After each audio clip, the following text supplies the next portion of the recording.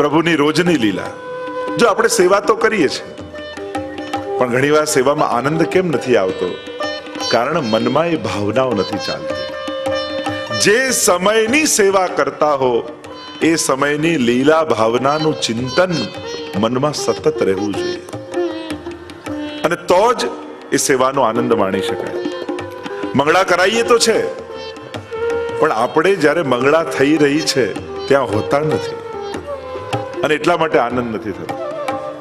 यहाँ हरिराय महाप्रभु जी हमको विवेक समझाएंगे, भावना समझाएंगे कि सेवा करती समय हाथ कई रीते चलावा, कयो क्रम करवो એ આપણે જાણીએ છીએ. હરિરાયજી કહે છે એની સાથે સાથે મન કેમ ચલાવવું એ પણ તમને સમજાવું. મનમાં શું ચિંતન ચાલવું જોઈએ? તો ये प्रभु की नित्य की लीला है. ઠાકોરજી હજી પોઢી રહ્યા છે, અને પ્રભુ પોઢ્યા હોય એના પહેલા ભક્તો જાગી ગયા છે. આપણે ત્યાં પુષ્ટિ માર્ગમાં કાલ બાધક નથી, સાધક છે. આપણે ત્યાં તો વર્ષોત્સવની આથી જો તમે દ્વાદશ નિકુંજ આદિની વાર્તા જુઓ તો બધા જ ઋતુઓ પણ સખી બનીને ભગવાનની સેવા કરે, પ્રભુની સેવા કરે છે. અને એટલા માટે દર્શન ભયો સવેરો, હરિજુ કો દર્શન ભયો સવેરો. વ્રજ ભક્તોની સવાર ક્યારે થાય? ત્યારે લાલનના મુખારવિંદ જુએ. પુષ્ટિ માર્ગમાં એવું છે, બપોરે પણ મંગળા કરાવી શકો, પણ એક દિવસ સવારે, એક દિવસ બપોરે, ત્રીજા દિવસે સાંજે, એ રીતે નહીં. એ ક્રમ ચોક્કસ રાખો. તમે એમ પ્રશ્ન કરો, અરે બપોરે સવાર પાડવાની? હા, તો તમે સવારમાં રાત નથી પાડી દેતા? કેમ સવાર સવાર પડાવી તો દો છો ઠાકોરજીને, તો પછી સવારે ના પડાવાય. પણ યહાં તો ભક્તને આધીન કરી અને મહાપ્રભુજીએ ઠાકોરજીને પધરાવ્યા છે, ભક્તને વશ કરીને પધરાવ્યા છે. જેમ વશીકરણ થયેલો વ્યક્તિ પેલો જાદુગર જેમ બતાવે એમ જુએ છે, એમ ભક્ત જેમ ભગવાનને બતાવે એમ ઠાકોરજીને દેખાય છે. અને એટલા માટે અહીંયા શરૂઆત જ કરી, પ્રાત સમય ઉઠી કે બ્રજબાલા, ગાવત મંગલ ગીત રસાલા.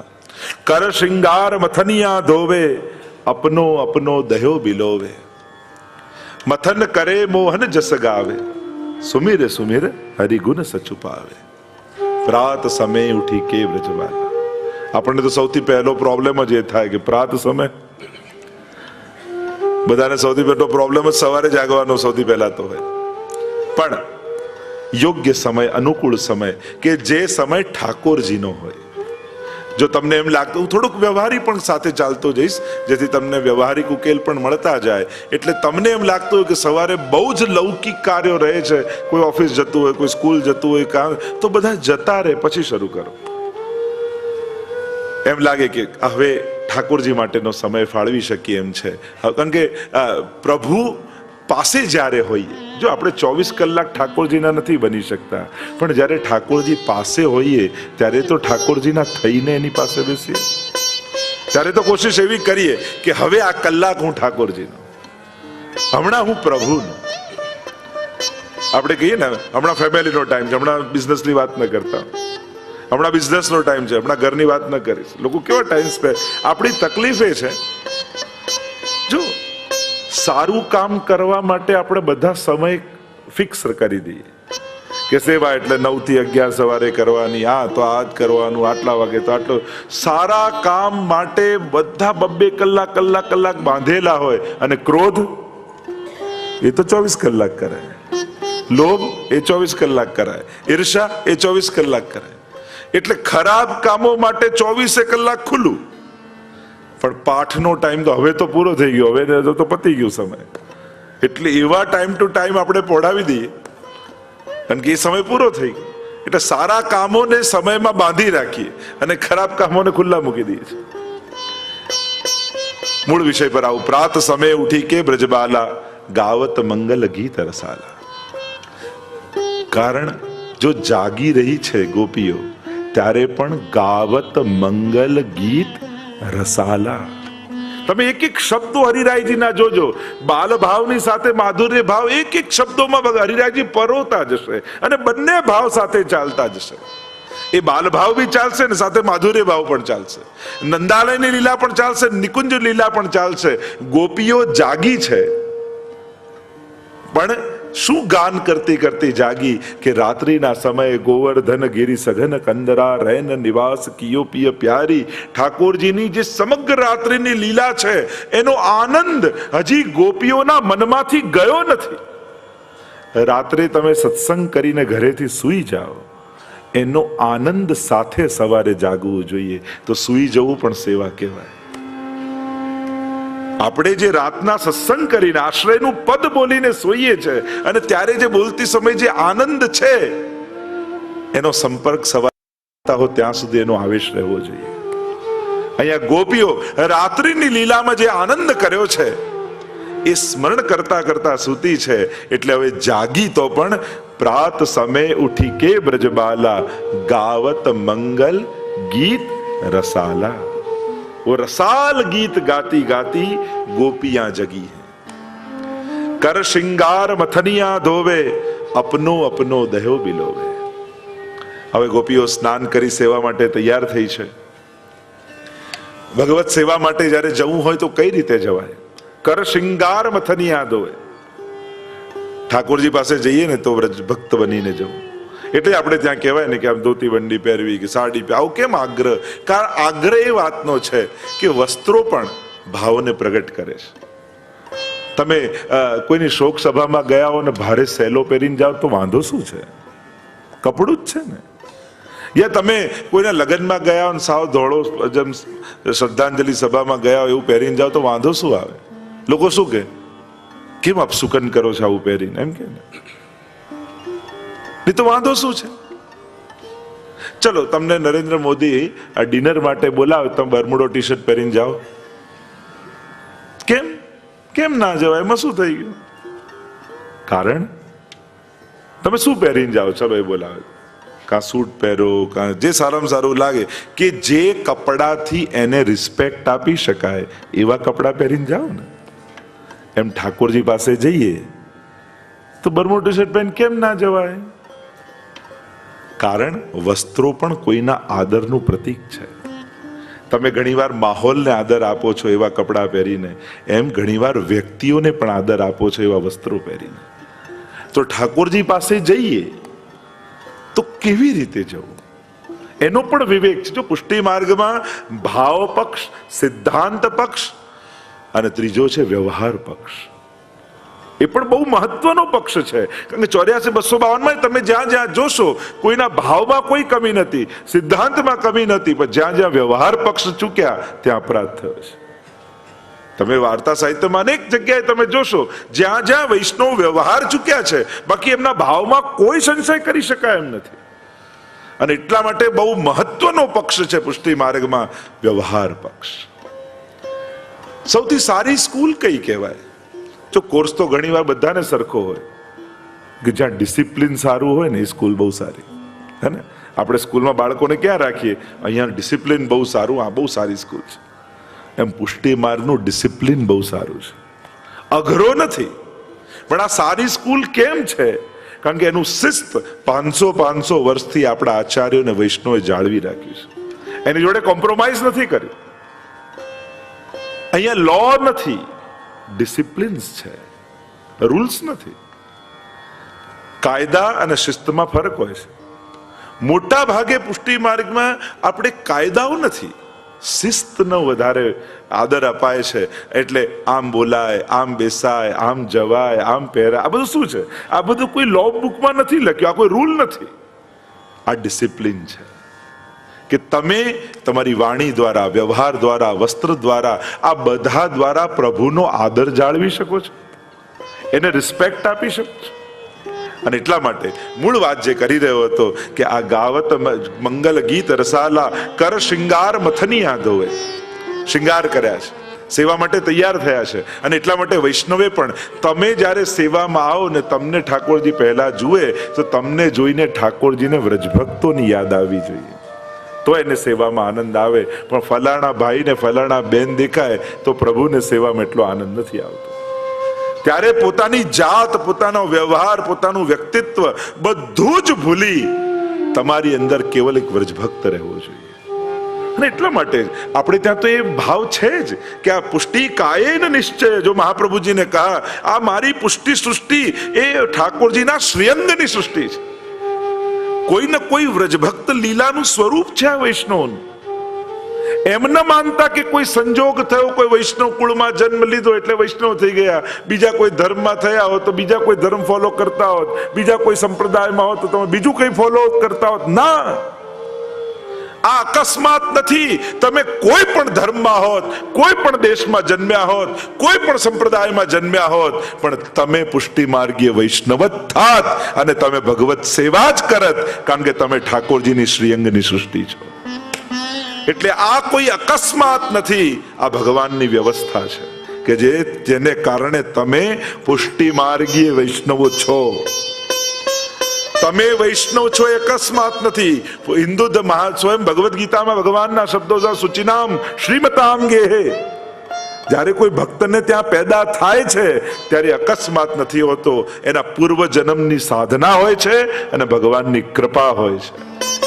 એટલે તમે વૈષ્ણવ છો એ કોઈ અકસ્માત, કોઈ વૈષ્ણવ કુળમાં જન્મ લઈ લીધો એટલે વૈષ્ણવ બની ગયા એવું નથી. તમે ગત જન્મમાં પણ વૈષ્ણવ હશો અને મહાપ્રભુની કૃપા થઈ એટલે આ વખતે એવી જગ્યાએ જન્મ મળ્યો જ્યાં ભક્તિ કરવાની બધી સુવિધા હતી અને તમે ઠાકોરજીની સેવા કરી શક્યા. આ પ્રભુનું આયોજન છે, એટલે આને અકસ્માત ન માનતા. ઘણી વાર લોકોને એમ થાય કે અહીંયા જન્મ્યા હોત તો આ કંઠી હોત, આ હોત તો આ હોત, પેલા ક્યાંક બીજા દેશમાં જન્મ્યા હોત તો પેલું માનતા હોત. ના, તમે ગમે ત્યાં હોત, પણ જો તમે પુષ્ટિ સૃષ્ટિ છો, પ્રભુના શ્રીઅંગની સૃષ્ટિ છો, તો ગમે ત્યાંથી ખેંચાઈ અને ભગવત સેવામાં જોડાઈ જાત. તમે મહાપ્રભુજીના સેવક જ થયા હોત. તમે સાધારણ નથી. તમારા દરેકની અંદર કોઈ એક વ્રજભક્ત બિરાજમાન છે અને એટલા માટે એ વ્રજભક્ત ભૂતલ પર ભગવત સેવા જ કરવા આવ્યો છે. પણ એણે તમારા શરીરને સિલેક્ટ કર્યો છે મદદ કરવા, એટલા માટે તમારા શરીરને એને વિક્ષેપ ન કરાવશો, એને પ્રતિબંધ ન બનાવશો આ શરીર દ્વારા. એ અંદર રહેલા વ્રજભક્તને સેવા કરવા દેજો, તમે સહાયક થઈ જજો. તમે સેવા નથી કરતા, તમારી અંદર રહેલી એ લીલાત્મક ગોપીને સેવા કરવી છે. એના માટે જે ભૂતલ પર આવી છે, ખાલી તમારા શરીરનો એ સાથ માંગી રહી છે. એટલે તમે પ્રતિબંધ ન કરતા આ શરીરથી એને કરવા દેજો. પ્રોઢાપી દુહિતા યદ્વત સ્નેહા ન પ્રેષ્યતે વર તથા દેહે ન કર્તવ્યમ वरस्तुष्यति नान्यथा. श्री महाप्रभु जी के शब्दों में कहूं अंतःकरण प्रबोध में, तब महाप्रभु जी कहते हैं कि जैसे कि कोई कन्या किसी माँ को बड़ी प्रिय है અને એટલી બધી વાલી છે એની દીકરી કે પરણાવતી નથી. બધાએ કહ્યું કે અરે મોટી થઈ હવે તો પરણાવ, તો પરણાવી દીધી, પણ પરણાઈ પણ એટલી વાલી છે કે એને વળાવતી નથી. અને જો પતિ પાસે મોકલતી નથી તો મહાપ્રભુજી કહે છે એ દીકરીનું અહિત કરે છે અને વરને પણ નારાજ કરે છે. એમ બ્રહ્મ સંબંધ કરાવી આ દેહરૂપી કન્યાને તમે પરણાવી દીધી, પણ હવે ભગવત સેવામાં વળાવશો નહીં તો આ દેહનું પણ અહિત કરો છો અને પ્રભુને પણ નારાજ કરી રહ્યા છો. और इसीलिए इसका साफल्य, इसकी सार्थकता, इसका सुख उसी में है कि आप भगवत सेवा में इसको जोड़ दो.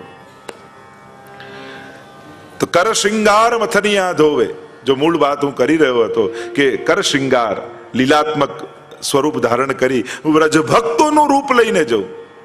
ઠાકોરજી પાસે જ્યારે પણ જઈએ, જો આપણે ત્યાં એક ક્રમ છે, સ્નાન કરી ચરણામૃત લેવામાં, ભાઈઓ તિલક આદિ કરે, બહેનો ટીકી આદિ કરે, અને જે રીતે આપણે ત્યાં આખો જે ક્રમ બતાવવામાં આવ્યો છે, હમણાં એમાં વિસ્તારમાં નહીં જવું, પણ આખું વ્રજભક્તો આપણે પાંચે તત્વોની શુદ્ધિ કરી અને પછી સેવામાં જઈએ છીએ. કારણ કે મર્યાદા માર્ગીનો દેહ એ લૌકિક છે. ક્ષિત જલ પાવક ગગન સમીન ચ રચિત ય અધમ શરીરા. મર્યાદા માર્ગમાં આ દેહને અધમ કયો છે, પણ મારા મહાપ્રભુજી કહે કે મારા વૈષ્ણવનો દેહ અધમ નથી. કારણ કે ઠાકોરજીએ પોતાના શ્રીઅંગમાંથી ઘડ્યો છે. શ્રીઅંગની સેવા માટે જે આંખો મને ભગવત દર્શનમાં મદદ કરતી હોય એને અધમ કેમ કહું? જે જીવવાથી હું ભગવત ગુણગાન કરતો હોઉં એ જીવાને અધમ કેમ કહું? જે કર્ણના માધ્યમથી ભગવત કથા સાંભળતો હોઉં એને અધમ કેમ કહું? તો શું વૈષ્ણવનો દેહ પંચભૌતિક નથી? હા છે, પણ એ પાંચ તત્વો લૌકિક નથી. એ પૃથ્વી જળ તેજ વાયુ આકાશ બરાબર, પણ એ પૃથ્વી તત્વ ઠાકોરજી ક્યાંથી લે? તો કે વ્રજરજમાંથી. એ જલ તત્વ ક્યાંથી લે? તો કે યમુનાજીમાંથી. એ તેજ તત્વ ક્યાંથી લે? તો કે શ્રી વલ્લભમાંથી. એ વાયુ તત્વ ક્યાંથી લે? તો કે શ્રી ગિરિરાજમાંથી. આમ આપણે ત્યાં પાંચે તત્વોની અલૌકિકતા બતાવી છે, અને એટલા માટે વૈષ્ણવનો દેહ લૌકિક નથી. એટલે સદા વૈષ્ણવે ધ્યાન રાખવું, તમે આ ભૂતલ પર છો, બ્રહ્મ સંબંધી છો, મહાપ્રભુજીના સેવક છો, તો આ દેહ તમને ઠાકોરજીએ ભગવત સેવા માટે આપ્યો છે. એટલે તમે તૈયાર પણ થાઓ છો પ્રભુને રાજી કર. દયારામભાઈના પ્રસંગમાં આવે ને કે જયારે હવેલીમાં જાય તો ખૂબ તૈયાર થઈને જાય, લૌકિકમાં જાય તો સાવ ફાટેલા વસ્ત્રો. તો પૂછ્યું આવું કેમ? તો કે આ સંસારમાં તૈયાર થઈને જઈશ તોય લોકો ઈર્ષા કરશે, પણ ઠાકોરજી સામે તૈયાર થઈને જાઉં તો મારો ઠાકોરજી મને જોઈને રાજી થાય, એને આનંદ થાય, એને ગમે. વ્રજભક્ત બનીને જાઉં. આ ધોતી વંડી પહેરીએ ને આખો ભાવ જ બદલાઈ જાય. અને એટલે કર શૃંગાર મથનિયા ધોવે, અપનો અપનો દેહો બિલોવે. અને હવે ગોપીજનો સામગ્રી સિદ્ધ કરવા લાગ્યા, કારણ કે ઠાકોરજીને જ્યારે હજી જગાવવાના બાકી છે, અને એક મંગળાના ક્રમમાં ઘણા વૈષ્ણવ એવું કરતા હોય, પહેલા ઠાકોરજીને જગાવી દે ને પછી દૂધ ગરમ કરવા જાય. આવું ન થાય. પહેલા બધી તૈયારી થઈ જાય, પછી અમારા લાલન જાગે છે. અને આમ અપનો અપનો અપનો દેહો બિલોવે, મથન કરે મોહન જસ ગાવે, સુમિર સુમિર હરિગુણ સચુપાવે. અને સામગ્રી બનાવતા જાય હાથથી, અને મનથી પ્રભુની લીલાઓનું સ્મરણ કરતા જાય છે. મથન કરે મોહન જસ ગાવે, સુમિર સુમિર હરિગુણ સચુપાવે. અને જે ગુણ ગાય છે એ ગાતા ગાતા મનમાં ખૂબ સુખ થાય છે.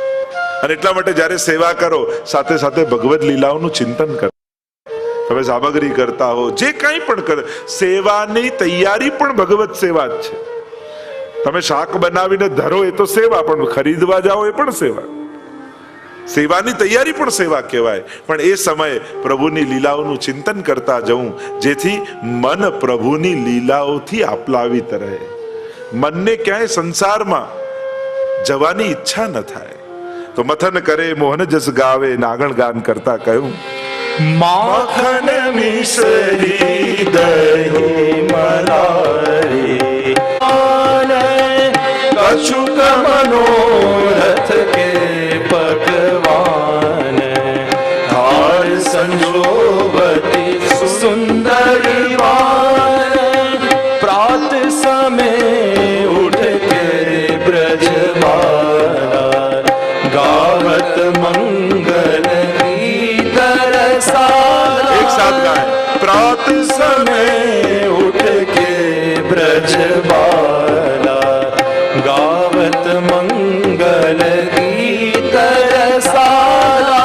મેં એવું સાંભળ્યું છે કે મુંબઈના વૈષ્ણવ ગાય બહુ સારું. આવ દેખ લેતે. प्रात समय उठ के ब्रजबाला, गावत मंगल गीत रसाला. પ્રાત કે બ્રજ. ઘરે ઝઘડો થયો ત્યારે જેવો અવાજ નીકળે ને એવો કાઢો. प्रात समय उठी के ब्रजबाला, गावत मंगल गीत रसाला. तो कैसे? अब देखो, दो वस्तु हैं भोग धरवे में. एक है नेक भोग और दूसरा है अधकी की सामग्री. દરેક વૈષ્ણવે એની સેવામાં જો આ લીલાત્મક તો દર્શન કરાવી, સાથે સાથે આપણી સેવાનો પણ ક્રમ, કારણ કે મૂળ આપણો ઉદ્દેશ એ હતો કે લોકોને ભગવત સેવાનું પણ થોડું માર્ગદર્શન મળે. તો સેવાના ક્રમમાં દરેક વૈષ્ણવે એના ઠાકોરજીનો નેક ભોગ નક્કી રાખવો જોઈએ. કે નેક ભોગ કોને કહેવાય? કે કમથી કમ આટલું તો ધરીશું જ. અમારા હવેલીઓમાં પણ, નિધિ સ્વરૂપોમાં પણ નેક ભોગ નક્કી હોય. એમાં રંચક પણ ઓછું ન કરવામાં, આટલું તો કમથી કમ ધરવાનું જ, એને કહેવાય નેક ભોગ. અને બીજું કહેવાય, આજે કોઈ ઉત્સવ આવ્યો, કોઈનો જન્મદિવસ આવ્યો, કોઈક વિશેષ મનોરથ આવ્યો, તો પ્રભુને અધકીની સામગ્રી આરોગાવાય. કે ચલો આજે આ ઉત્સવ આવ્યો તો આ સામગ્રી આરોગાવો. જેમ ગુસાઈનો ઉત્સવ આવે આપણે જલેબીની સામગ્રી, એમ દરેક પ્રસંગમાં આપણે ત્યાં દરેક ઉત્સવોમાં કોઈ ને કોઈ વિશેષ પ્રકારની સામગ્રી આરોગાવાનો ક્રમ છે. આપણે ત્યાં ભાવની અભિવ્યક્તિ લૌકિક રીતે નથી થતી. ત્રણ માધ્યમ ગુસાઈજી આપણને આપ્યા છે આપણા ભાવને પ્રભુ આગળ અભિવ્યક્ત કરવાના, અને એ છે રાગ, ભોગ અને શ્રૃંગાર. કારણ કે પ્રભુ પરમ અલૌકિક છે. એ લૌકિક સમજતા નથી, લૌકિક સાંભળતા. મનુતે નૈવ લૌकिकम, हमारे ठाकुर जी लौकिक नहीं है. और लौकिक नहीं है इसलिए वो लौकिक समझते नहीं है, लौकिक सुनते नहीं है और लौकिक जानते नहीं. ऐसे हमारे ठाकुर जी. और इसलिए परम अलौकिक એવા ઠાકોરજીને પોતાના ભાવની વાત કરવા માટે અલૌકિક માધ્યમનો આશ્રય કરવો પડે છે. અને અલૌકિક માધ્યમ કયા છે? તો કે આ ત્રણ: રાગ, ભોગ અને શ્રૃંગાર. અને વિશેષમાં સજાવટ, મનોરથ રૂપે આ રીતે આપણા ભાવને અભિવ્યક્ત કરીએ છીએ. અમારા તો પ્રાચીન આચાર્ય વચનામૃતમાં એમ કહેતા કે કોઈ જ્યારે સંકટ આવે, વિપત્તિ આવે તો કઈ પ્રભુ આગળ કહેવાતું નથી પ્રભુનો નેક ભોગ ડબલ કરી દેવો. ઠાકોરજીને એમ થાય કે આ ડબલ સામગ્રી કેમ આવે છે, એટલે જાણી લે આપણે કંઈક વિપત્તિ છે ને પ્રભુ દૂર કરી દે. આપણે ત્યાં પ્રભુને કહીને શ્રમ ના અપાય, આપણે ત્યાં પોતાના ભાવ અને વિચારોને કહેવાનો એક પ્રકાર છે. તો આ ત્રણ દ્વારા આપણે આપણા ભાવને અભિવ્યક્ત કરીએ છીએ, રાગ, ભોગ અને શ્રૃંગાર દ્વારા. કારણ કે જો આપણે ત્યાં કૃપા પ્રાપ્તિ કઈ રીતે થાય, અને પુષ્ટિ માર્ગનો એક વસ્તુ, એક સિદ્ધાંત સમજી લો કે અહીંયા સીધી ડાયરેક્ટ ઠાકોરજીની કૃપા નથી મળવાતી, અને કદાચ મળે તો એ બહુ સૂકી કૃપા હોય, એ રસાત્મક આનંદાત્મક ન હોય. પ્રભુ તો ત્યારે આનંદ આપે જ્યારે વ્રજભક્તો સાથે કૃપા કરે. એટલે કે પ્રભુના નિજજનોની કૃપા થાય અને પછી પ્રભુ કૃપા કરે તો એ કૃપા ફલાત્મક હોય છે. અને એટલા માટે મનોરથના દર્શન પણ કરતા હોઈએ ત્યારે પ્રભુ ન બિરાજ્યા હોય ત્યાં સુધી તો બધી સજાવટ છે. પ્રભુ બિરાજી જાય પછી બધું આધિ દૈવિક થઈ જાય, મનોરથ થઈ જાય. અને એટલા માટે પછી તો પક્ષી, હરણ, ગાય, ગોપી ભલે કાષ્ટના ધર્યા, પણ પ્રભુ પધાર્યા એટલે બધામાં આધિ દૈવિક સ્વરૂપ આવી ગયું. આ બધાના દર્શન કરવાના અને પછી ઠાકોરજીના દર્શન કરવાના. એક જુદા જ દર્શન. સીધા તમે ઘણીવાર હવેલીમાં જાઓ, સીધા ઠાકોરજી દર્શન કરો, એના કરતા કોઈ ભગવતી બહુ ભાવથી દર્શન કરતું હોય એની સામે જુઓ, અને હવે ઠાકોર સામે જુઓ તો કોઈ જુદો જ ભાવ આવશે. તો આ બધા કોઈક ભાવે લોભતા, વલ્લભાખ્યાનમાં કહ્યું ને, વૈસે તો વેણુ ગીતમાં આ બધાનું વર્ણન છે. પ્રાયો બતામ વિહિગા મુનયો વનેસ્મિન કૃષ્ણે ક્ષણા સદુદિતમ કલવેણુ ગીતમ આરુહ્ય યે ધ્રુમ ભુજાન રુચિર પ્રબાલાન શૃણવંતી મૃતદશો વિગતાન્ય વાચઃ. પક્ષીઓ જો, હરણીઓ જો, ધન્યાસ્તુ મૂઢમતયોપી હરિણ્ય એતા યા નંદ નંદન ઉપાત વિચિત્ર વેશમ આકર્ણ વેણુ રણિતમ સહ કૃષ્ણ સારા પૂજામ દધુ વિરચિતામ પ્રણયાવલોકૈ. સમજી ગયા? નહીં? વાંધો નહીં, ધીમે ધીમે સમજીશું. તો આ દરેકનો ભાવ છે. તો વેણુ ગીતમાં જ્યારે અદ્ભુત રીતે વેણુ ગીત પુનઃ યુગલ ગીત કી રસ બરખા બરખાઈ પ્રગટ ભય માર્ગ રીત દિખાય. કેટલી અદ્ભુત ચર્ચા હે. તો આ બધું આધિ દૈવિક છે. એટલે કે કૃપા વ્રજભક્તોની કઈ રીતે પ્રાપ્ત કરાય? જેમ તમે ઝારીજી ભર્યા, ઝારીજી ભરી નેવરો લપેટ્યો, અને હવે ઝારીજીને લઈ ઠાકોરજીની સન્મુખ પધરાયા. સાક્ષાત યમુનાજી રૂપ છે. અને યમુનાજીને ભગવત સેવામાં સંયુક્ત કર્યા, પ્રભુની સન્મુખ કર્યા. એટલે યમુનાજીને ખૂબ સુખ થયું, અને યમુનાજી એટલા પ્રસન્ન થયા કે તે મારો ભગવત સેવામાં વિનિયોગ કર્યો, તે મારે પ્રભુની સન્મુખ કરી, તો જા હું તને આશીર્વાદ આપું છું, આવું સુખ તને મળે. તો ઝારીજી ભરીને યમુનાજીની કૃપા લીધી. એટલે આપણે ત્યાં બધી સામગ્રીના ભાવ છે ને, આ ચંદ્રાવજીના ભાવથી, આ સ્વામીજીના ભાવથી, આ લલિતાજીના ભાવથી. આ શું છે? એટલે કે લલિતાજીના ભાવની સામગ્રી તમે પ્રભુને ધરી તો લલિતાજી અતિ પ્રસન્ન થયા, અને એક ક્ષણે તમને આશીર્વાદ આપ્યા કે જે સુખ મને મળ્યું એ તને મળે. આપણે કેમ કે સકડી ભોગ, સિરમોર કહેવાય ને, સકડી ભોગ ધરી કેમ? કારણ કે સ્વામીજીના ભાવનો ભોગ છે. અને પુષ્ટિ ભક્તિમાં સર્વોપરી ફલ એ સ્વામીજીનો આનંદ છે. અને એ પોતાના આનંદનું દાન જ્યારે કરે એ સર્વોચ્ચ ફલ કહેવાય છે. તો આ સામગ્રી લોકોને એમ થાય શું આ બનાવીને ભોગ ધરવાનું? અરે આ વસ્તુ નથી ધરતા. તમે એ લીલાત્મક વ્રજભક્તોને પ્રભુની અંગીકાર કરો છો સેવામાં, અને એમની કૃપાને પ્રાપ્ત કરો છો એ સામગ્રી ધરીને. એટલે આ વ્રજભક્તોની કૃપા પ્રાપ્તિનો પ્રકાર છે. આપણે ત્યાં આમ રાગ, ભોગ અને શૃંગાર ત્રણેયનું માધ્યમ છે. તો આ પ્રકાર કૃપા પ્રાપ્તિનો, જેમ તમે પુષ્પની માળા સિદ્ધ કરી અને વ્રજભક્તોનું સ્વરૂપ છે અને એ લઈને ઠાકોરજીના શ્રીકંઠમાં ધરી અને વ્રજભક્તો એટલા પ્રસન્ન થઈ ગયા, તે અમારો ભગવત સંબંધ કરાવ્યો, જ્યાં તને આશીર્વાદ આપીએ છે, અમારા જેવું સુખ તને મળે. આમ તમે એ જીવોના ભાવાત્મક જે સ્વરૂપો છે એમને ભગવત સેવામાં વિનિયોગ કરી એમની કૃપાના તમે અધિકારી બનો છો. આપણા ભાવની અભિવ્યક્તિનો પ્રકાર છે. તો અલૌકિક એવા પ્રભુને લૌકિક રીતે રીઝવી શકાતા નથી. એટલે રાગ, ભોગ અને શૃંગાર દ્વારા આપણે આપણા ભાવને અભિવ્યક્ત કરીએ. અને એટલા માટે આજે આ શૃંગાર, આજે આવો ક્રમ, ત્રણેય વસ્તુમાં હમણાં એનો વિસ્તારમાં નહીં જવું, પણ રાગનો એવો રીતે કીર્તન સાહિત્યનો ક્રમ છે, ભોગનો જેવો ક્રમ છે એવો શૃંગારનો ક્રમ છે. કારણ કે ઉત્સવમાં બધું જ એક પ્રાસમાં, એક જ રસમાં આવવું જોઈએ. કે જેવો લીલાત્મક સજાવટ હોય, જેનો મનોરથ કર્યો હોય એવા જ શૃંગાર ધરવા જોઈએ. કર્યો હોય પલ્લાનો, એમાં મુકુટ કાચની ધરાવો તો રસાભાસ થઈ જાય. તમે જે મનોરથ કર્યો હોય તદ ભાવરૂપ શૃંગાર, તદ ભાવરૂપ સામગ્રી, એવા જ કીર્તન અને એવી જ સજાવટ, આ ચારે એક રસમાં આવે ત્યારે તમારો મનોરથ આધિદૈવિક બને. અને એટલા માટે આ વિવેક, ઘણી વાર અત્યારે શું થાય છે, કંઈ પણ હોય આપણા ઘરમાં જે પડ્યું હોય બધું ગોઠવી દઈએ. અષ્ટસખા હોય, ગોપીઓ હોય, ગાયો હોય, ગોવાલ હોય, ઘણા તો રોજ બધું ગોઠવીને રાખે. તો પુષ્ટિ માર્ગીય ક્રમમાં રોજ બધું નથી આવતું. તમે ખંડપાઠ આદિ ધરો તો એમાં ગાય આદિ કિલો આદિ ધરો, બાકી જે સજાવટનું હોય છે રોજ નથી આવતું. અને કઈ સજાવટમાં ગોપો આવે, કઈ સજાવટમાં ગાયો આવે ન આવે, શેમાં ખાલી ગોપીઓ આવે, આનો પણ વિવેક છે. દરેક મનોરથનો એક રસ છે અને રસ અનુસાર એની સજાવટ થાય. તો અહીંયા ગોપીજનો કેવા છે તો કે નેગ ભોગ, એનું પહેલા વર્ણન કરતા કહ્યું, માખન મિસરી દહીં મલાઈ, ઓટ્યો દૂધ કપૂર મિલાઈ. માખન મિસરી દહીં મલાઈ, ઓટ્યો દૂધ કપૂર મિલાઈ. આ નેગ ભોગ છે ઠાકોરજીનો. માખન મિશ્રી દયો મલાઈ, ઓટ્યો દૂધ કપૂર મિલાઈ. આટલી વસ્તુ નિત્ય પ્રભુને આવે છે મંગળામાં, એટલે એ તૈયાર કરી. પણ આજે કયો મનોરથ છે, આજે કયો દિવસ છે, એ વિચાર કરી ગોપીજનોએ કંઈક વિશેષ સિદ્ધ કર્યું છે.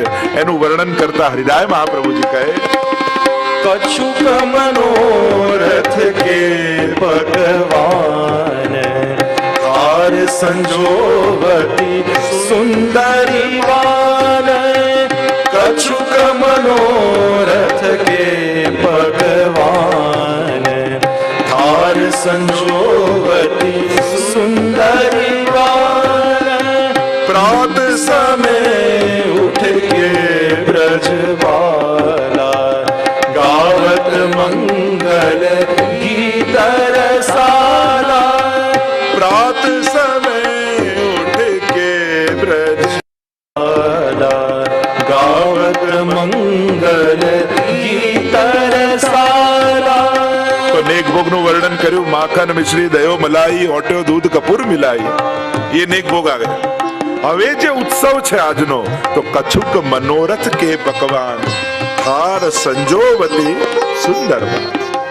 બે વસ્તુ બતાવી, એક તો અદકીની સામગ્રી અને બીજું એની સજાવટ.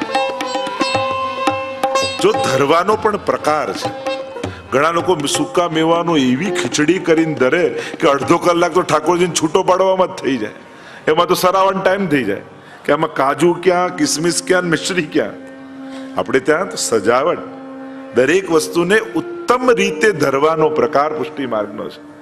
અને આપે તો ઘણીવાર કેટલી શિબિરો ને કેટલે પ્રદર્શનીઓ કરી છે, કેટલા પ્રકારની આરતી, કેટલા પ્રકારની સામગ્રી, કેટલા પ્રકારના શૃંગાર. તો એને કઈ રીતે સજાવવું એનો પણ એક વિવેક છે. એ રીતે ધરવું કે પ્રભુને આરોગવાની ઈચ્છા થાય.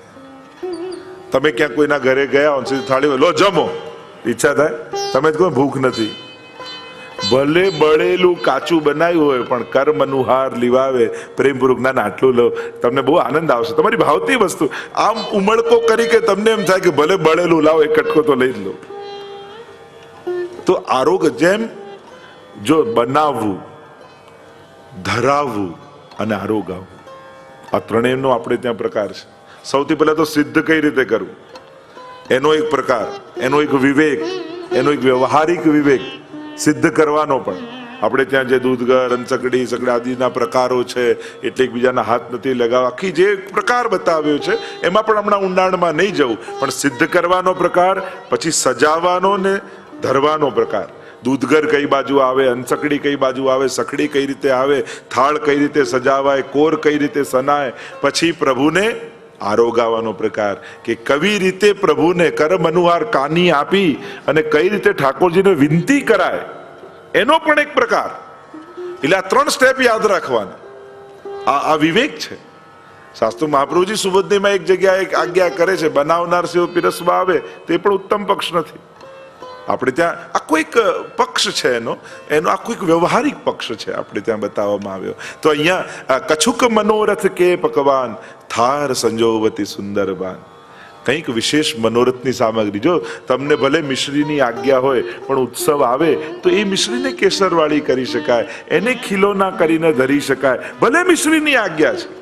પણ જેને ઉત્તમતાથી કરવું જ છે અને ઉત્સવ આવે તો ઠાકોરજીની દ્રષ્ટિ પહેલા ક્યાં જાય? નેક ભોગમાં કે કછુક મનોરથ કે ભગવાન? તો બધા જાણો છો, શું કરો બોલાવડાવો છો મારી પાસે? પ્રભુને એમ થાય કે નવું શું છે? નેક ભોગ તો ખબર છે કે શું આવવાનું છે. તો મર્યાદા માર્ગનો પેલો થાળ ગાય ને, આ છે ના છે ના છે ના છે, થાળ ગાય, ધરે નહીં પણ ગાય. ટેરો ખોલે ખબર પડે એ જૂની જાણીતી મિશ્રી પડી હોય, ખાલી ખાવામાં જ હોય, પણ વૈષ્ણવ તો બનાવીને ધરે. એટલે ઠાકોરજીનું પહેલું ધ્યાન, પહેલો હાથ જાય આજે નવી કઈ સામગ્રી છે. અને એટલા માટે નૂતન સામગ્રી હોય ને એ રીતે ધરવી કે પ્રભુ પહેલા એને લઈ શકે, પ્રભુનો પહેલા હાથ ત્યાં જાય. અને એટલા માટે કછુક મનોરથ કે પકવાન, તમારે જે પ્રમાણેની આજ્ઞા હોય, મિશ્રી મેવાની હોય, દૂધગરની હોય, અંચકડીની હોય, સકડીની હોય, પણ એને પણ ઉત્તમ રીતે મનોરથોના દિવસે, ઉત્સવના દિવસે કઈ રીતે કરવી એની તત્પરતા વૈષ્ણવે રાખવી. કછુક મનોરથ કે ભગવાન થાર સંજોવતી સુંદરબાન, એને એવી સુંદર રીતે શણગારી છે અને સજાવીને ઠાકોર. આપણે અન્નકૂટ આદિમાં નહીં દૂધઘરના થાળ કરીએ, આ કરીએ, કેવી સુંદર બધી સજાવટ કરીએ કે પ્રભુને પણ આરોગવાની કુતૂહલતા થાય, ઈચ્છા થાય. પણ સામગ્રીમાં બને તો એવી વસ્તુ નહીં બનાવી કે જેમ ઠાકોરજીનું સ્વરૂપ હોય અને એ લઈને પછી મોઢામાં મૂકવાનો વારો આવે તો એ ઉત્તમ નહીં. બને તો પશુ પંખીના આકાર પણ નહીં બનાવવા. જે વસ્તુ આપણે પ્રસાદ રૂપે પછી મુખમાં મૂકવાની હોય તો તમે કમળ, પુષ્પ આદિ એ બધું કરી શકો, પણ આ એક વિવેક આપણે ત્યાં છે કે એવી વસ્તુ નહીં કરવી, એવો આકારે નહીં કરવો કે જે પછી મુખમાં મૂકીએ તો એક માનસિક અરુચિ પ્રગટ થાય, એ પણ ઉત્તમ પક્ષ નથી. અને એટલા માટે આપણે ત્યાં અમુક આકારો નથી બનાવતા. નહીં તો પછી અઘાસુરના મુખમાં ઠાકોરજી આવી ગયા હતા, પછી શું થયું એનું? એટલા માટે પ્રભુનું કોઈ આકાર એવો બનાવીએ નહીં કે જેથી લેવામાં આવે. ઘરે લોકો બર્થડે પણ કરતા હોય, ઘણી વાર એમાંય કૃષ્ણ મૂકે, આ શ્રીનાથજી મૂકે, પછી એને કાપે, એ પણ ઉત્તમ પક્ષ નથી. ઘણી વાર શું ઠાકોરજીનો ક્યાં ઉપયોગ કરો? અત્યારે શું ચિત્રો, સ્વરૂપો એટલા બધા મળવા લાગ્યા છે, આપણે ગમે ત્યાં ઠાકોરજીને મૂકી દઈએ છીએ. તો એને જો અમુક વિવેક છે. આપણે ત્યાં પ્રસાદી વસ્તી મૂકો તોય ચાલે, પ્રસાદી ઉપરણો હોય, પ્રસાદી માલા હોય, પ્રભુના પ્રસાદી વસ્ત્રો, દરેક જગ્યાએ ઠાકોરજીને પધરાવવાની જરૂર કે યોગ્ય નથી. એમની પ્રસાદી વસ્તુ મૂકો તો પણ ચાલે. હું જો મારી વાત કરું તો મેં તો કારમાં આગળ ડેસ્ક ઉપર પણ ઠાકોરજી નથી રાખ્યા.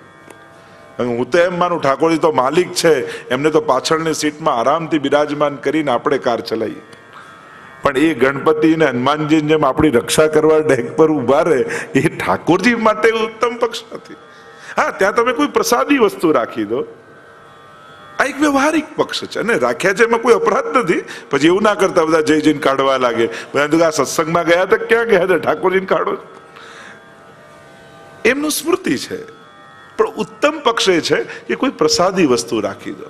એ પણ ભગવત પ્રસાદી વસ્તુ પણ ભગવદ રૂપ જ છે, એમાં જરાય ન્યૂનતા નથી.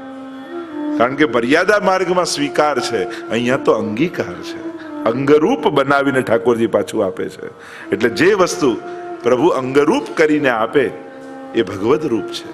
અને એટલા માટે એનો પણ એ જ સામર્થ્ય છે જેટલું ઠાકોરજીમાં સામર્થ્ય છે. તો આ વિવેક રાખો. તો થાર સંજોવતી સુંદર બાન, સુંદર રીતે સજાવી અને ઠાકોરને ધરવું.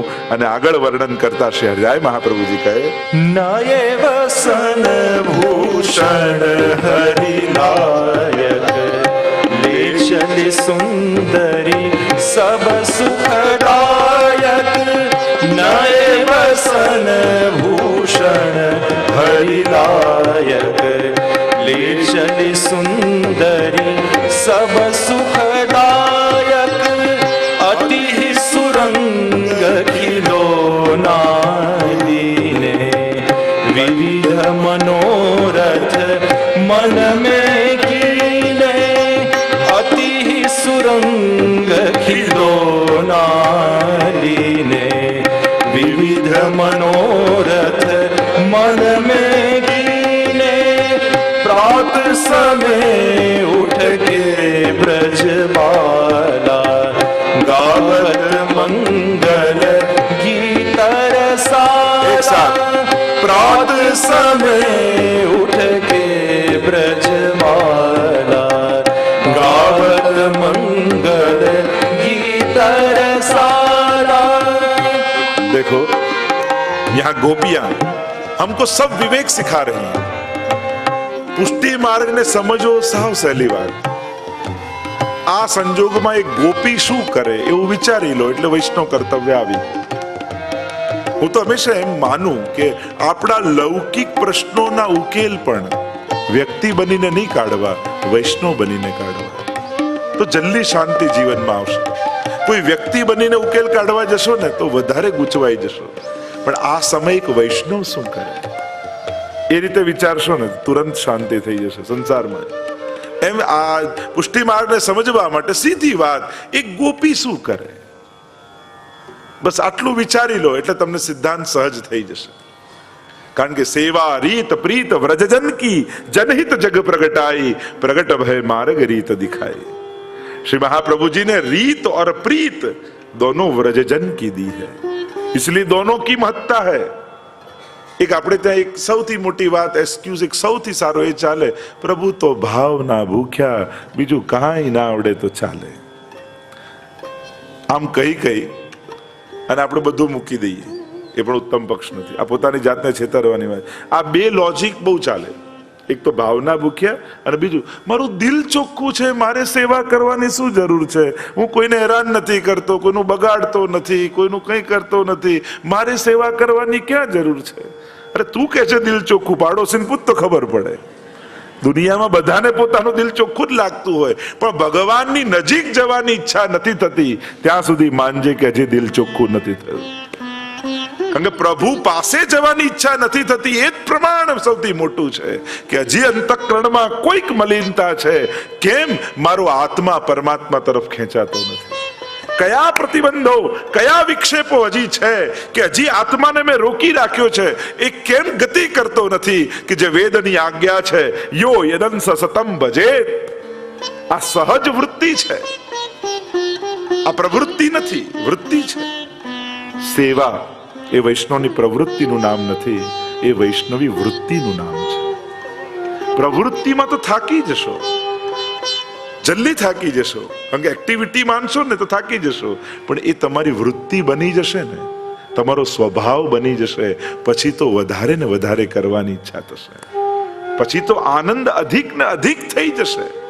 કે જ્યારે સ્વભાવ વૃત્તિ બની જાય, પ્રવૃત્તિ થકવી દે, પણ વૃત્તિ જ્યારે પ્રમાણેનું કાર્ય કરીએ તો એ આનંદ બનેલું રહે. અને એટલા માટે સેવાને પ્રવૃત્તિ ન માનતા, ભગવાને તમને પ્રગટ જ એના માટે કર્યા છે. તમારી કોઈ સમય બચે છે એટલે કરવાની કોઈ એક્ટિવિટી સેવા નથી. તમારી સેવા એ વૃત્તિ છે, વૈષ્ણવનો એ સ્વભાવ છે. એ સેવા કર્યા વગર રહી જ શકતો નથી, નેચર છે. અને એટલા માટે જે વાત કરી રહ્યો હતો હું કે નિત્ય લીલામાં શહેજાયજી સમજાવે છે કે જે વ્યવહારિક ઉકેલો આપણને સેવા રીત પ્રીત બંનેના બતાવ્યા. રીત અને પ્રીત એટલે રીતે જાણવી અને પ્રીતે જાણવી. એટલે જે બીજું એસ કે દિલ ચોખ્ખું છે, ખાલી દિલ ચોખ્ખું હોવું પૂરતું નથી હોતું. ઉત્તમ ભાવને ઉત્તમ રીતે પ્રગટ કરતા આવડવું જોઈએ. તમને કોઈના માટે બહુ જ પ્રેમ હોય, તમારા ઘરે આવ્યો ને ભારે ડાયાબિટીસ હોય અને તમે એના માટે રસગુલ્લા બનાવીને રાખ્યા છે અને કહ્યું મારો મેં બહુ પ્રેમથી સાચા દિલથી તમારા માટે બનાવ્યા છે, આ 4 તો ખાવા જ પડશે. ખરેખર તમારું દિલ ચોખ્ખું છે, પણ તમે એને સુખ આપ્યું કે દુઃખ આપ્યું? તો દિલ ચોખ્ખું હોવું પૂરતું હોત તો પછી એના માટે સારું હોવું જોઈએ. કેવલ દિલ ચોખ્ખું યા હૃદય શુદ્ધ હોવું પૂરતું નથી. એ કાચા સોના જેવું છે. કાચું સોનું પહેરીને ફરતા નથી, એના શણગાર બનાવીને પહેરીએ તો શોભામાં અભિવૃદ્ધિ થાય. એમ ઉત્તમ ભાવને ઉત્તમ રીતે પ્રગટ કરતા પણ આવડવું જોઈએ.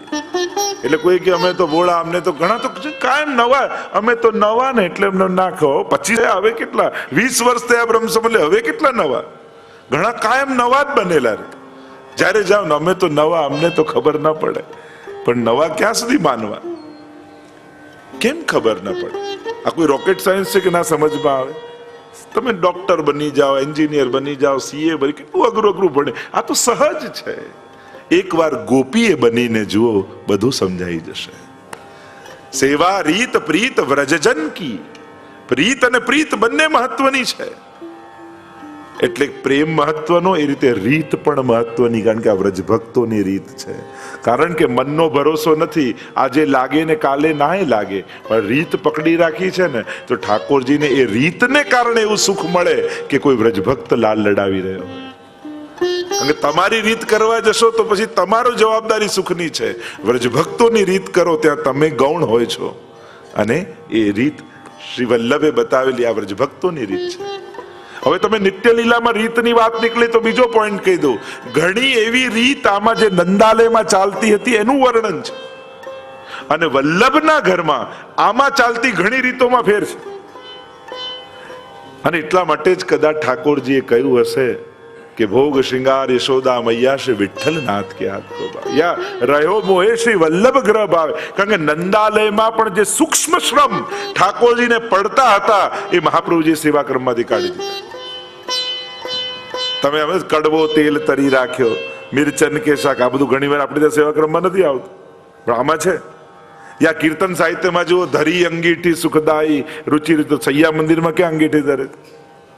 તો ઘણા ક્રમો એવા છે જે કીર્તન સાહિત્યમાં છે, આમાં છે. ફૂલન કી ગાદી ફૂલન કે તકી આદિ છે. માધવ ભટ્ટ કાશ્મીરી કરવા ગયા, સોઈ રહી ગઈ, પ્રભુને વાગી તો તીર ખાવું પડે.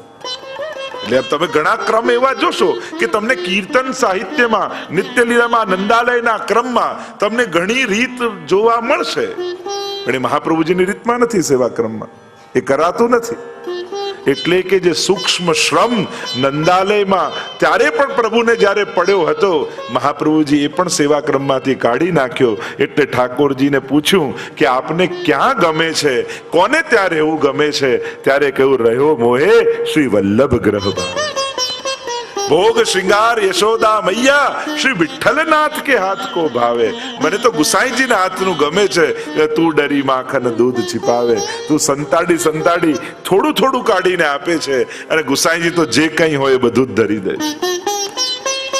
અને એટલા માટે જેટલી પ્રીતની મહત્તા એટલી જ રીતની પણ મહત્તા છે. એટલે ખોટી ભ્રમણામાં ન રહેતો કે પ્રભુ ભાવના ભૂખ્યા જેમ ફાવે એમ કરો, એવું આપણે ત્યાં નથી. આપણે ત્યાં રીત અને પ્રીત બંનેની સમાન મહત્તા છે. અને એટલા માટે, અને ભગવદ શાસ્ત્રમાં પણ, ભગવદ ગીતામાં પણ ભગવાન કહે, યસ શાસ્ત્ર વિદમુત્સૃજ્ય વર્તતે કામકારત ન સિદ્ધિ વાપનોતી ન સુખમ ન પરામ ગતિમ.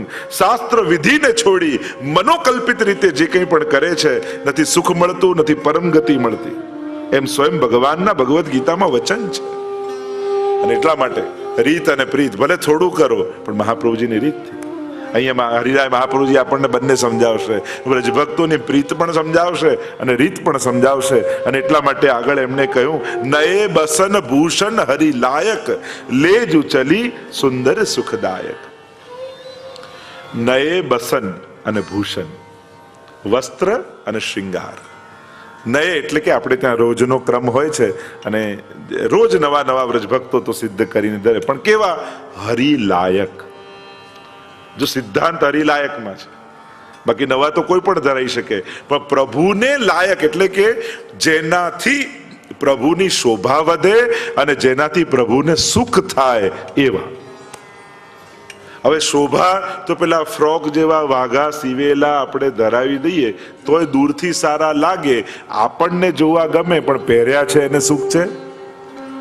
તો સેવા જે ખાલી સારું દેખાય એ નથી, પણ સેવ્યને સુખ થાય એનું નામ સેવા છે. એટલે હરિલાયક આ શબ્દમાં બધું જ સમજાવી દીધું. શિંગારનો, વસ્ત્રનો આખો ક્રમ સમજાવી દીધો હરિરાય મહાપ્રભુજીએ. હરિલાયક સૌથી પહેલી વાત એ કે જે પુષ્ટિ માર્ગીય સિદ્ધાંત પ્રમાણે જે વસ્ત્ર ને શિંગાર આવતા હોય એ ધરવા.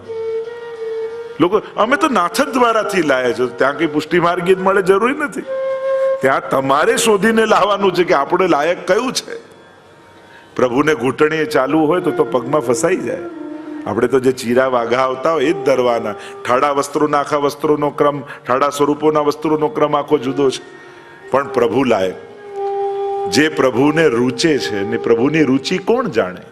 પ્રભુને શું ગમે કોને ખબર પડે? તો ગુસાઈજી એક જ નામમાં કહી દીધું, શ્રી કૃષ્ણ હાર્દવિદ. श्री महाप्रभु जी का नाम है ना, ठाकुर जी ना हृदय ने जानवा वाला कोई होय तो श्री महाप्रभु जी है. અને મહાપ્રભુજી ઠાકોરજીના સુખને જાણે છે, એમની ઈચ્છાને જાણે છે, એમના હૃદયને જાણે છે. અને એટલા માટે મહાપ્રભુજીએ જે રીત બતાવી છે એ પ્રમાણે સેવા કરવાનો આગ્રહ રાખો. થોડું કરો પણ રીત પ્રમાણે કરો. ઘણું બધું કરી લેવાથી સારું જ થાય એવું નથી, પણ ઉત્તમ પક્ષ જાણીને અને પછી સેવા કરવી. ઘણી વાર આપણા લાલન નાના હોય, લોકો એવા મોટા મોટા વાઘા લઈ આવે, એવા મોટા મોટા શૃંગાર લઈ આવે, અને ઘણી વાર સ્વરૂપ મોટા હોય સાવ નાના નાના લઈ આવે. હરિલાયક પ્રભુને જેનાથી પ્રભુની શોભા વધે. કારણ કે હમણાં સ્વામીજી આવશે ને પછી કહેશે તેરો મુખ નીકો કે મેરો મુખ પ્યારી, તો આવા વસ્ત્રો ધરાવશો ઠાકોરજી ત્યાંથી ભાગી જ જશે. ના ના, સ્વામીજી સામે નથી જવું. આવા આડાવાળા વસ્ત્રો ધરાવો અને તો પછી લીલા ન થાય, લીલા ના થાય તો રસ ન પ્રગટે, રસ ન પ્રગટે તો પછી વૈષ્ણવ એમ જ કે સેવામાં આનંદ નથી આવતો. કારણ કે લીલા જ ન થઈ તો આનંદ ક્યાંથી આવે? એટલે લીલા થવી જોઈએ તો રસ પ્રગટે, રસ પ્રગટે તો આનંદ રૂપે અનુભવ થાય. અને એટલા માટે હરિલાયક આ શબ્દમાં આખો સેવા અને શૃંગારનો ક્રમ જાણી લેજો. મસ્તકના કેવા આવે, પાગ કેવા, આપણે ત્યાં પેલા ફેટા જેવા પેલા પાઘડી જેવી પાગ નથી આવતી, પેલી પાગ ધરાય છે. જાણવું, અમને તો આવું આવડે ને આવું જ કરી એ બહુ નબળો પક્ષ છે, પણ ઠાકોરજીને શું ગમે એવું કરું એ ઉત્તમ પક્ષ છે. મારા ઠાકોરજીને ગમે છે, એમને અષ્ટસખાની વાણી ગમે છે, લાવ એ કરીશ. ગાતા ના આવડે તો વાંચીશ, વાંચતા વાંચતા ક્યારેક ગાતાએ થઈ જશો. પણ મને આવું આવડે ને આવું જ કરું એ બહુ નબળો પક્ષ કહેવાય. ક્યાં સુધી એ જ પક્ષમાં આપણે અટકેલા રહીશું? અને એટલા માટે વૈષ્ણવે ઉત્તમ પક્ષ જાણીને સેવા કરવી. કે સેવાનો ઉત્તમ પક્ષ કયો? જેમાં પ્રભુને સુખ હોય. ઋતુ પ્રમાણેનો ક્રમ. જો હરિલાયક એટલે ઋતુ પ્રમાણે કયા વાઘા, કયા વસ્ત્ર, કયા શૃંગાર આવે એનો પણ એમાં ક્રમ. આ એક શબ્દમાં બધું જ આવી ગયું. એક તો પ્રભુની શોભાની અભિવૃદ્ધિ, પ્રભુના સુખનો વિચાર અને ઋતુનો વિચાર. કારણ કે યથા દેહે તથા દેવે પુષ્ટિ માર્ગ છે. મર્યાદા માર્ગમાં પૂજા હોય તો ત્યાં બધું થાય. એક નાડા છડી પણ ધરો તો વસ્ત્રમ ઉપસ્ત્રમ સમર્પયામિ થઈ જાય. ઠાકોરજી તો અહીંયા નાડા છડી સામે ફેંકે, તું પહેર તો હું પહેરીને બતાવું. અહીંયા તો તારા કરતા સારું મને જોઈએ, ઉત્તમ જોઈએ. આ વિવેક પુષ્ટિ માર્ગીય ક્રમ છે. તો લેજો ચલી સુંદરી સુખદાયક. અને આ વ્રજભક્તો આ બધું હાથમાં લઈને ચાલે છે અને પ્રભુને સુખ આપવા માટે. અને આગળ કહ્યું, અતિ સુરંગ ખીલો નાદીને વિવિધ મનોરથ મન में गीने. અતિ સુરંગ ખીલો ના